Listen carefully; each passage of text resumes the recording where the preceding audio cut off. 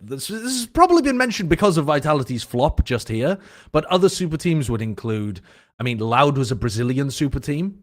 NRG could have been referred to as a super team at some point. Maybe T1 you could define as a Korean super team. Fnatic 2023 obviously are like the quintessential super team. If we're going to be quite relaxed with the verbiage and not be too pedantic about it, what do you think? I mean, maybe Leviatan you could even argue last year when they had Aspas. Yeah. I mean, Leviatan was the first team that came to my well, mind. The Yay C9 team was being called a super team. Yeah, it was. Now, I disagreed with that definition as well, but again, we're not going to get pedantic about it. And they only played like one game.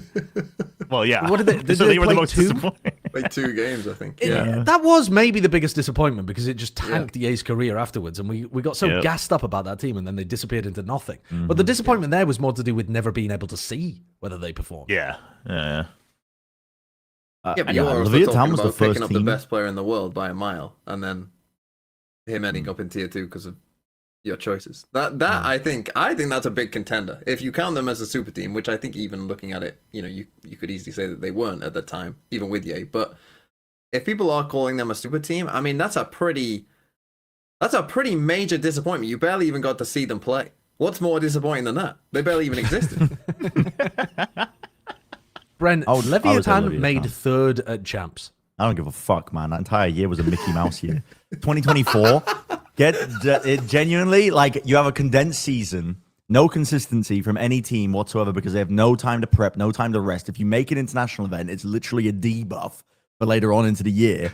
It was all over the place. And Leviatan, I know now, they don't have a fucking clue with what they're doing in terms of building rosters. They just don't have a clue. It's obvious at this point. They've got people inside the team who know nothing about Valorant telling them we're going to pick up this player because they're popular. We're going to pick up this player because of this, XYZ. Building their team. There's no rhyme or reason as to why that they've built their teams honestly, from 2024 to now. There just hasn't been. They built it based off of, do the fans like certain players? Do you think we'll get jersey sales? Do you think these players will be popular at an international event? They don't make sense when they're building rosters. They don't have a foundation. So, easily. They intended for them to make international events, but I'm surprised that they even did, to be honest. I'm surprised they had a glow up at the end of 2024 because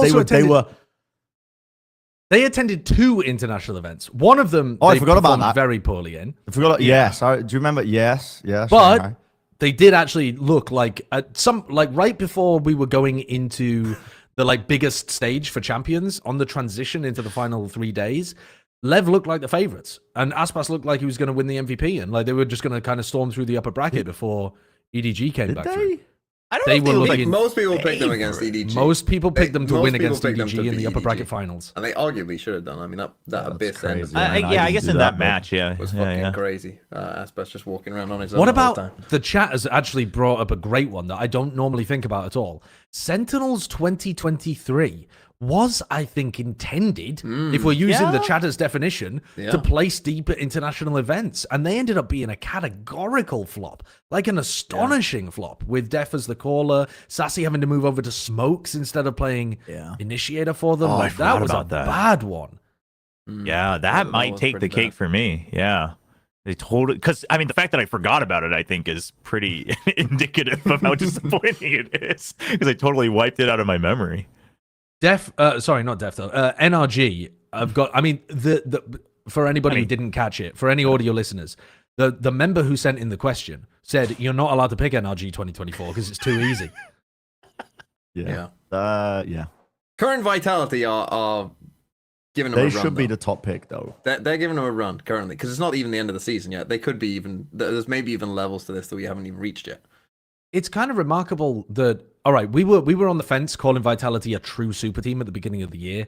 These conversations always get very nerdy when you argue about it, but some of us were like, yes, they qualify, they have enough players that have been fantastic. Some of us were like, well, Safe when he's playing on an off role isn't actually a superstar player, so they shouldn't qualify. Now, having got rid of Trex as well, it does remarkably seem like one of those teams where they've actually un-super teamed themselves by going from Trex to Sivov because they've kind of hit that critical mass where they no longer have as many superstar players. But I don't think that's the reason that they're losing is because, Sivov is bad. That's not a fair take unless you're Trex on Twitter. But to be... But with Vitality, though, they did technically still win kickoff, right? They weren't like Yeah. mid the whole time. No, It's and they just could that they're- resurge for champs. They could do a loud. Yeah. They're just categorically dropping off right now. So I think it's a little bit of recency bias. Is what I would say. It's too early. It's too Yeah. early for Vitality, but it kind of depends on whether if their season continues downhill, Sure. then they'll be heavy in the running for this.